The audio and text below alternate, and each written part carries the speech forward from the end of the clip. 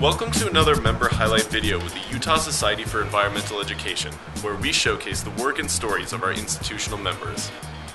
For this video, we visited the Nature Conservancy of Utah to hear about their projects and history from Heidi Nedreberg.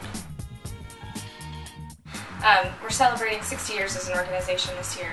We started back in New York, but the Utah chapter has been around for 25 years, 27 years here in Utah, and we actually started out at the Great Salt Lake Shorelands Preserve, which is where our environmental education program is.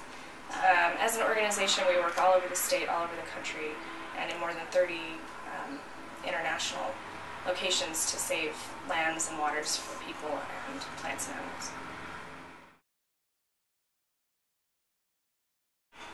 In Utah, we do kind of the traditional trying to buy land and stuff, but we also have started to work a lot more with the agencies and organizations to help them think about how they can best protect their lands. I mean, over 85% of Utah's lands are federally owned, so, you know, BLM run or Forest Service or state parks or national parks.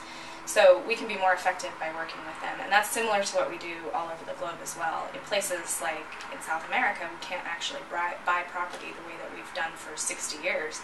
So we have to work with governments and with local communities, native peoples, to help them protect their land and waters. We're also a very non-confrontational organization. We're much more about sitting down at the table with stakeholders to come to an agreement about what's important. We know that things like development are going to happen, so how can we make it happen most effectively while both nature and people can benefit from that collaboration. So I think that's what makes us unique as an organization in the conservation world.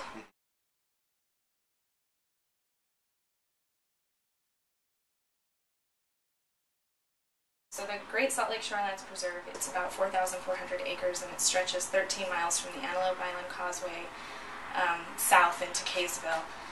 And it's a prime location for migrating birds from the entire Western Hemisphere.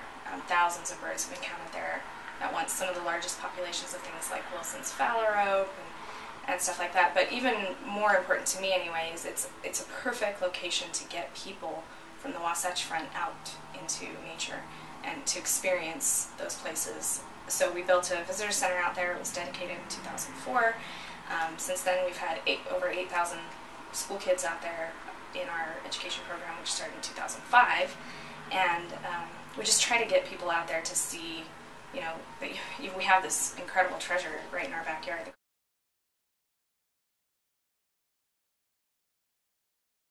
Probably our biggest single project was purchasing the Dugout Ranch in southern Utah. It's about halfway between Moab and Monticello, and it's on the doorstep of the Needles district of Canyonlands.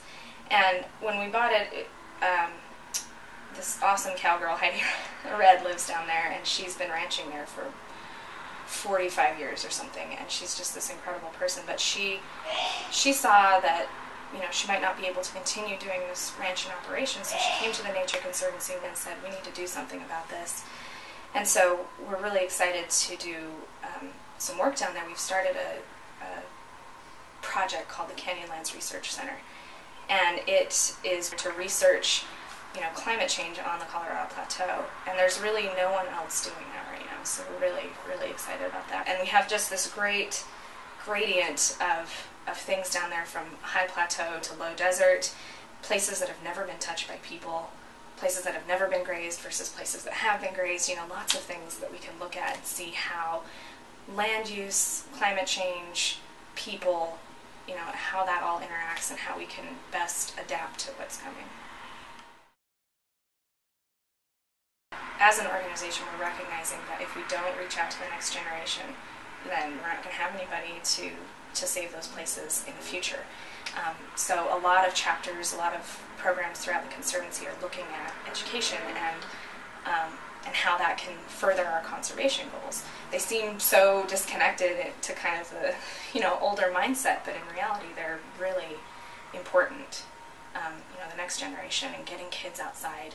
If we don't do that, then they're not going to care about what's out there. They won't protect it.